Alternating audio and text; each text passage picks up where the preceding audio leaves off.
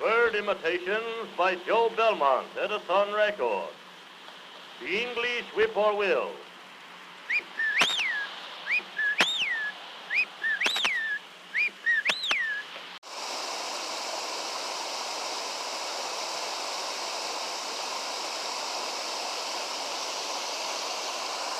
Hello, greetings, and welcome.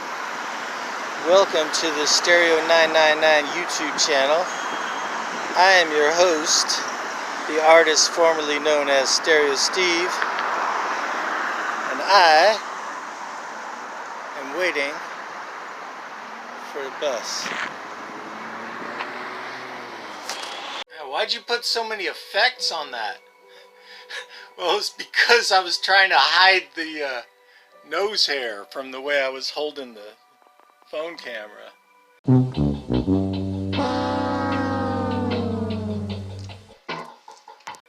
Anyway, so yeah, I was waiting for the bus. I was gonna go hang with my buddy Nate and play some music. So yeah, there'll be some of that in and out of this video. Just make it a little less boring than just me talking about records. Marijuana.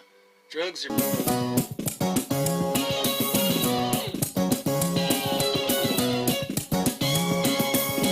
This is indeed a disturbing universe. Hello, greetings, and welcome.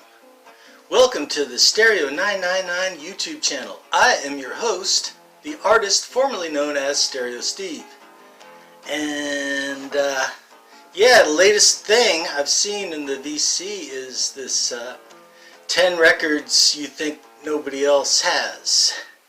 And you know, I try to do that anyway with all of my videos, kind of. There, you know, I feel like I've, you know, because I'm kind of in my own world with music, you know, and you know, if you're into records at all, you have albums that you love that nobody else seems to give a shit about. And yeah, I'm glad people are doing that, because that's how we get the word out with that kind of stuff, you know. Me and my shadow strolling down the avenue. But anyway, here's what we're getting to. This is going to be another one of those chop up videos that goes back and forth in time, because it's funner. Oh no, you can't leave yet. You gotta have a nice cup of tea with me. Also, anyway, just stick around, and without further ado, yesterday was August 1st as of filming, and you know, it's that my goal is not goal, but my plan to wean myself off my addiction is just one load of records per month. And so I did it yesterday on August 1st, but I found a Grail that I might have been looking for 40 years. So anyway, my first stop was a thrift store, was the Goodwill. They jacked up the price of their records, so I did not get the huge stack. I just got a couple of things. This is Best of Morgana King. I had not really heard of her, but this is like an original mainstream pressing. So I'm like, okay, it's got to be something cool about this. And she's got a good voice. She does a very, very compelling version of Taste of Honey on this album. And I looked up, and she also did some acting. She was in The Godfather. I'm not sure who she played. But yeah, Organic King on mainstream. Also, this was from that Goodwill. This is Jethro Tull A. And it's not a concept album about Fonzie, but it's kind of a transitional and overlooked record in Jethro Tull's career. This is like 1980, and the band pretty much was kind of falling apart. One of them passed away, a couple other ones quit, where it was just down to Ian Anderson and guitarist Martin Barr, and he decided he was going to do a solo record with Eddie Jobson. Eddie Jobson, of course, played violin and keyboards, was in Roxy Music and UK, and pretty much the label convinced him that if it's you and Martin, it's Jethro Tull. So this can be, you know, so this was like a lineup of Jethro Tull that only existed for this album, with really, really proggy synthesizers and keyboards and violin and prog sounds after you know, more acoustic albums they did before that. Yeah, Jethro Tull. Hey. I had a beat up copy of this, and this was an upgrade for $3 from that former bowling alley named after a microscopic blob. This is Alvin Lee and 10 Years Later from like 77, 76, something like that. Because, you know, 10 years after, in the 60s, 10 years after was 10 years after Elvis, bringing the rock and roll. And this is 10 years later because it's 10 years after 10 years after. Heavy bluesy guitar. So it even leans towards metal a little bit, with the last song, The Devil's Screaming, part 1 and 2. And yeah, this is a cool record. Used to mean something, man.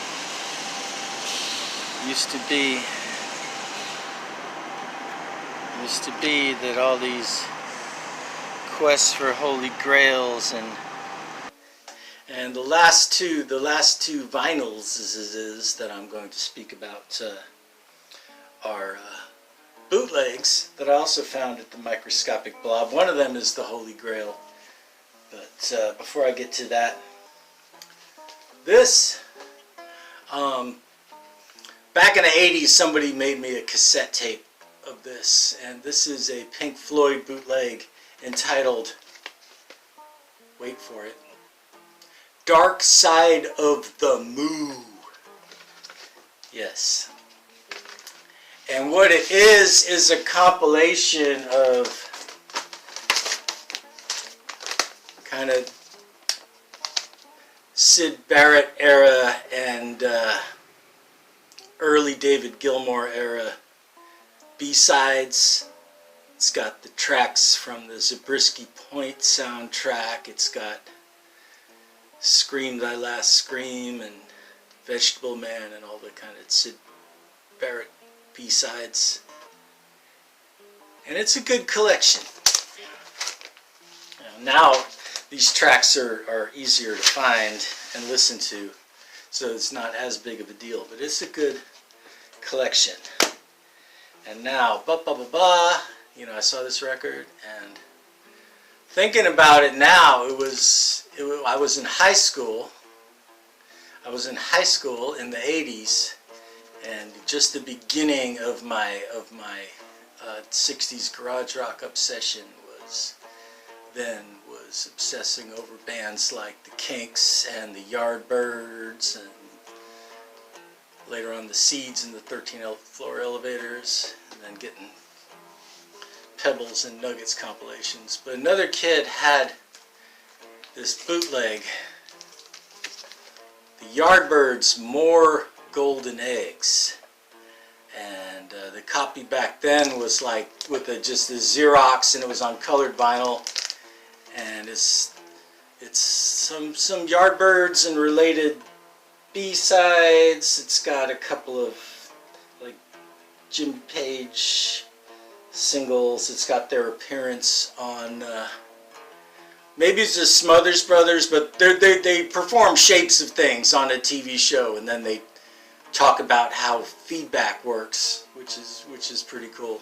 This kid loaned his copy of this to me, and I was hoping to like buy it or trade some stuff for it, but he would not have it. So I was like, okay, I just gotta grab it whenever I see it. And what, almost like, might be 40 years later, and here I am holding it. And this is an OG too. This is the OG on trademark of quality, and it sounds really good. Is that upside down? Let me turn it right side up. Yeah. So yeah, this is, you know, I was like, oh, there it is. You know, I didn't like have a heart attack or anything, but I was just like, there it is. All right, I'll pay that much. But finally, when I was listening to it, all right.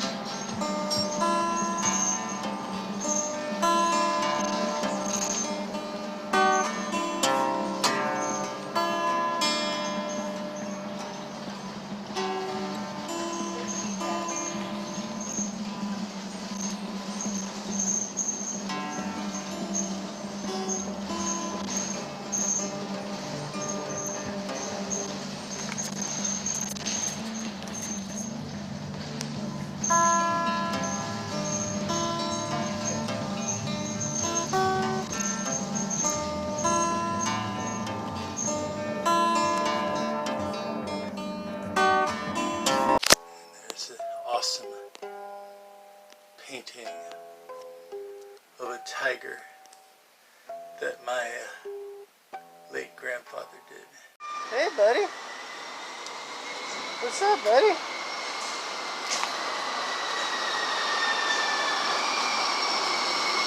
Don't you get dizzy moving your head like that?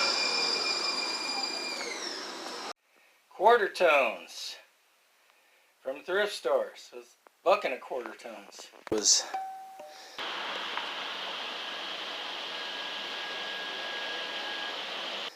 running around and I got a hold of some records. This I was really excited about. This is Trespass, which is Genesis's second album. And what's really cool about this is that the original copies were on the Impulse label. So this is an original Genesis Trespass album on Impulse. It was an Impulse purchase. This is pretty cool. This is a more prog. This is a bootleg of Gentle Giant on the Corny Phone label. And it's pretty good sound quality actually. So that's cool. And Jethro Tull, Songs from the Wood. You know, I got a bunch of Jethro Tull, but I never got this one. And my friends who are Jethro Tull fans say this is one of their best. And yeah, this is a good Jethro Tull record from 1977.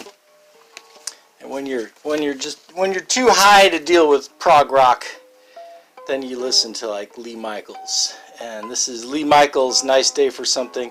He made a bunch of records on A&M and 2 records on Columbia.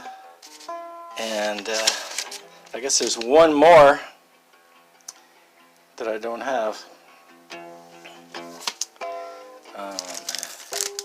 Al Cooper and Shuggy Otis Cooper session. This is very cool. Shuggy Otis is doing some mean blues guitar on this. I listened to it and there was one song on here. Nah, it's just not focusing. Song is called Shuggy's Old Time Deedly Deet Deet Slide Boogie. On the record, that song sounded kind of crackly, and I listened to this album on Spotify, and they actually put fake scratchy record sounds on that one track. It's the second track on the second side, so that was kind of interesting. Here's a record that is eternally bargain bin. This is the Dukes, and Based on my memories of the early 80s and seeing stacks and stacks of this record in the cutout bins, Warner Brothers had high hopes for this record. This band, the Dukes, they were kind of a super group of sorts. Jimmy McCulloch from Wings was in this band, and Charlie Tumahai, the bass player for Bebop Deluxe. And it's, you know, I mean, it's pretty pedestrian pop music, kind of overproduced. I mean, listening to it now, it's not bad. It's kind of a fun, cheesy 80s record recorded in 1979. But the Dukes is not even on Spotify now. It just kind of fell through the cracks. This is cool. This is Big Bad Boss Beat. And it's on the Original Sound label. And this is some party music. I mean, it's got Tequila, Mashed Potato Time, Bumble Boogie, Sandy Nelson, Teen Beat. It's just a good record to put on and just, you know, just dance to, you know. Harry Belafonte. This is another bargain bin staple, and I found a copy like in playably clean condition. It's actually a split LP. Harry Belafonte, 5 early songs, and then the B-side is Songs in the Sun by the Islanders. And the Islanders is actually better. It's like some just straight up calypso. You know, rock and roll is over. Calypso is the future. So that was cool. The Stylistics. Who doesn't love the 70s soul stylings of the Stylistics? Lionel Hampton in Paris, which on the MRC label. Yeah, any of these Paris recorded Lionel Hampton records are very cool. That cover is just bonkers with his disembodied head. The first side of it is this 10-inch Crazy Hamp, which he does a mad drum solo in. This is the 12-inch version where it has those tracks on one side and then 4 more tracks on the other side. Earthquake. I think they were from the Bay Area. I don't know that much about them, but this is their first album on A&M. Pretty meat and potatoes, rock and roll kind of stuff. I think they ended up moving to the Berserkly label along with Jonathan Richman and Greg Kinn. Count Basie, chairman of the board. This is a good one. This is a good one. Shep Fields and his Rippling Rhythms Orchestra. And, yeah. From 1936. And I guess this guy was the original Lawrence Welk, because he blew bubbles through a straw and added that to the music. Yeah, I took a jazz class in college, and the teacher was given an example that not all music from this era was good, and this was an example of something cheesy and bad that he played, and I remembered, oh yeah, that's the bubble blowing thing. 40 Miles of Bad Road. That's some country songs about trucks. Did I talk about this one in my last video? I don't think so. I don't think I got that yet. But, yeah. And Ace. You've seen this. These guys were kind of a one-hit wonder. How long has this been going on? And I think the singer joined Squeeze later on. But yeah, they were a one-hit wonder, but I guess they made more than one album. I have another album by Ace on an 8-track tape. I haven't listened to it because it's sealed, and I don't feel like opening it just yet. You know how that is.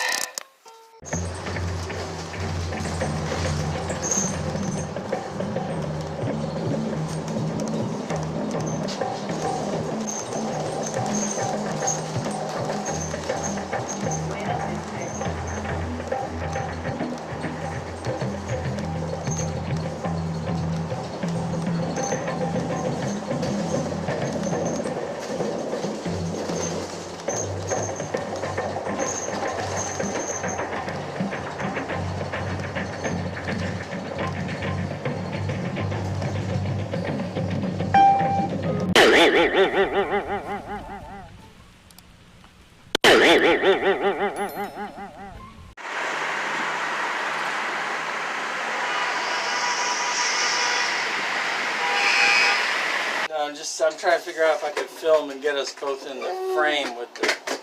Let's see. Alright.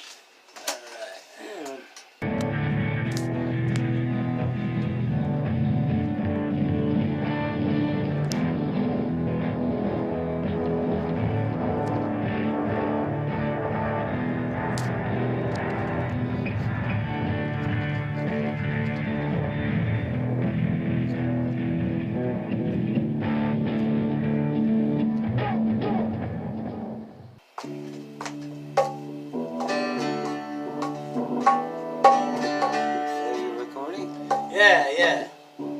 Made Mormon, ladies and gentlemen.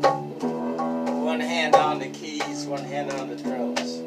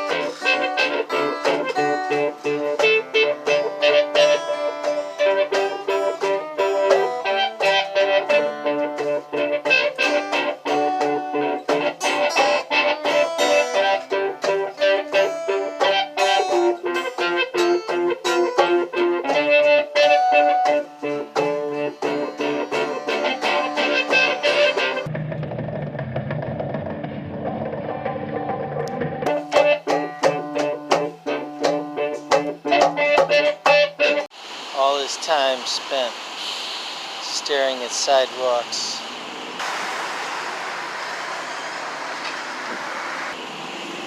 Over the years.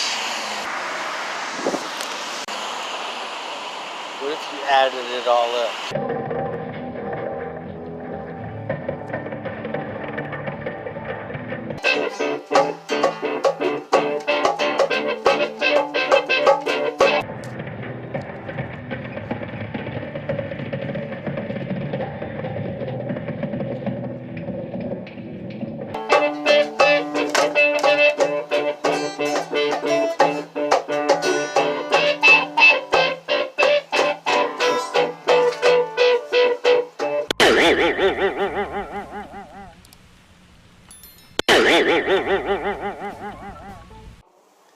Okay, I've talked about this record before, but now I have all three cover variations, so I'm going to talk about it again. Hard Labor by Three Dog Night.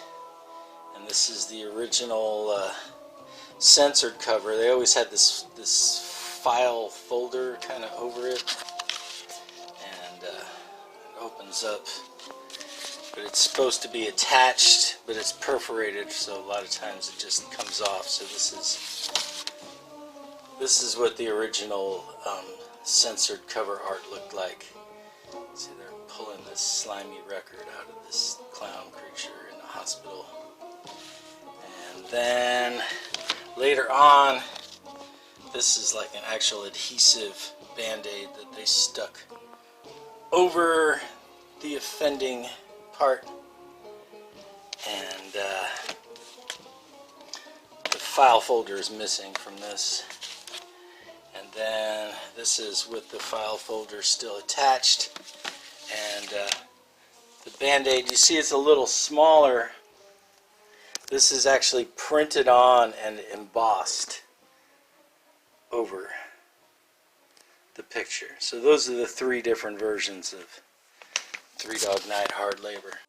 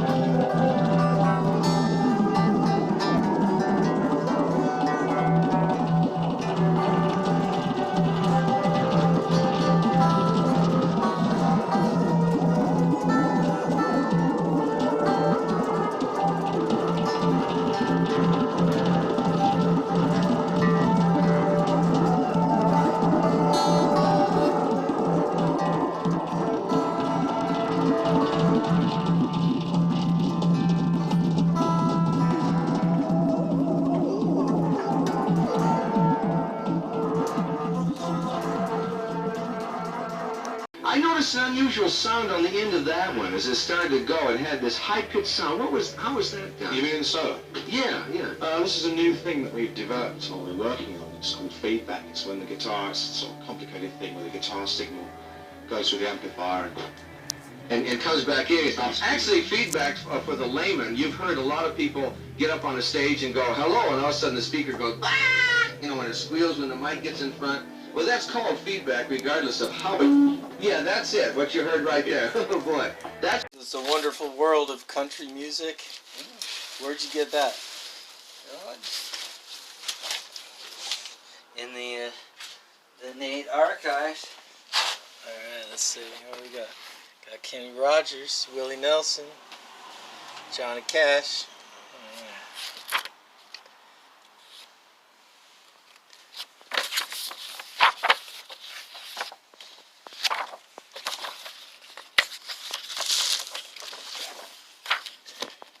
Let's make my brown eyes blue. Crystal Gale. The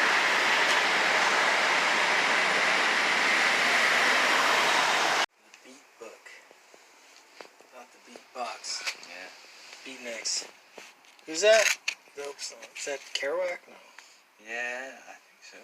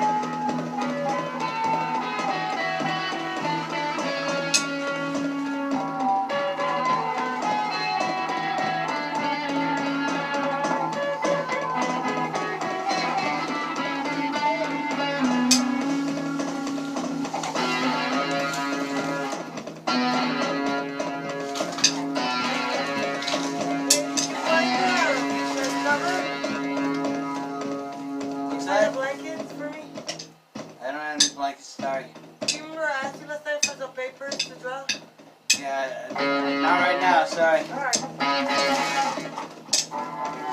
With you. I got color pencils and stuff. Here, I got something for you. Really? Yeah, yeah. It's a notepad. Alright, well, we're gonna go kick it with you. May I have a Sharpie? A blue one, the blue one? Yeah, no, I can't give you any of my fans. Yeah, those are his. I can't give you those. Alright, we're gonna go hang out. Huh? We're gonna go hang out. I don't know. I don't know. We're about to wrap it up here, so yeah.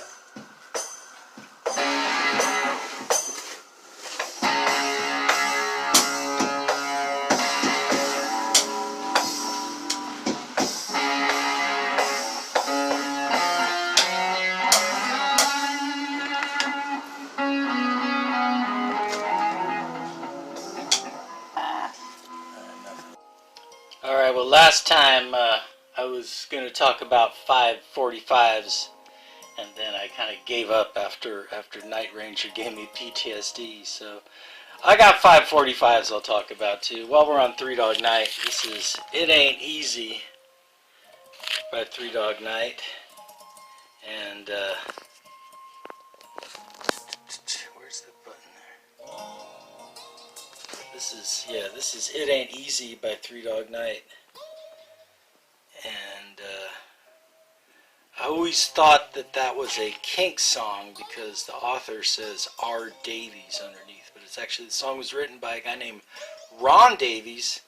Same song David Bowie did on his Ziggy Stardust album. It Ain't Easy. And it's got this thing. So what's the B-side? One Man Band. Another good tune. Okay, this is whoever bought this on June 29th, 1964. This is She Loves You and I'll Get You by the Beatles, and it's on the Capital Orange and Yellow Swirl label, which means this was Canadian. And yeah, this was the Canadian pressing on Capital, because Capital Canada jumped on the Beatles before Capital US. So in the US, this single came out on some like indie label, maybe like Swan Records or something, because Dave Dexter at Capital wasn't sure if electric guitar groups would make any money in the 60s, you know. And, you know, you get on Beatles channels and people go, Dave Dexter, he shouldn't have messed with the Beatles. He didn't like rock and roll. He liked jazz. Well, you know, last video I talked about this album, Ellington 55 by Duke Ellington. This is produced by Dave Dexter. And if you want to hear Dave Dexter in his element doing what he does best, this is a good album. And you could see where he, you know, where Beatles 65, he kind of had the same idea for titling. But Take Your Love and Shove It by Kane's Cousins. And this was an odd little record, and it wasn't until decades later that the internet came along and I learned that they had an entire album, and that there was a long version of this song with a guitar solo on it, and that the B-side, which is another hilarious song, Support Your Local Bands, was not on the album. But yeah, Kane's Cousins, they were from Florida, and they were kind of goofy and wacky. Let's see, what else we got here? Paul Williams' composition, Old Souls by Jessica Harper, from the movie Phantom of the Paradise. And of course, Jessica Harper sings in that movie. She was also the girl from the original Suspiria. But this is the song she sings after Beef is murdered by the lightning bolt.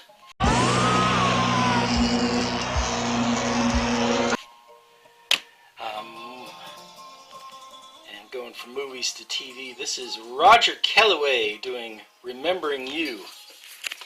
And if you remember the show Archie Bunker, All in the Family, you know.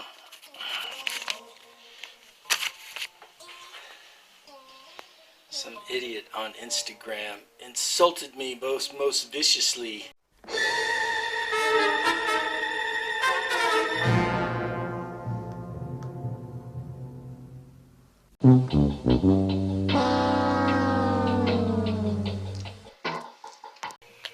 But Remembering You was the closing theme for All in the Family, the piano. Stop. Stop. Stop. Stop. Stop. Alright, that's enough shit for a video. Time to go home.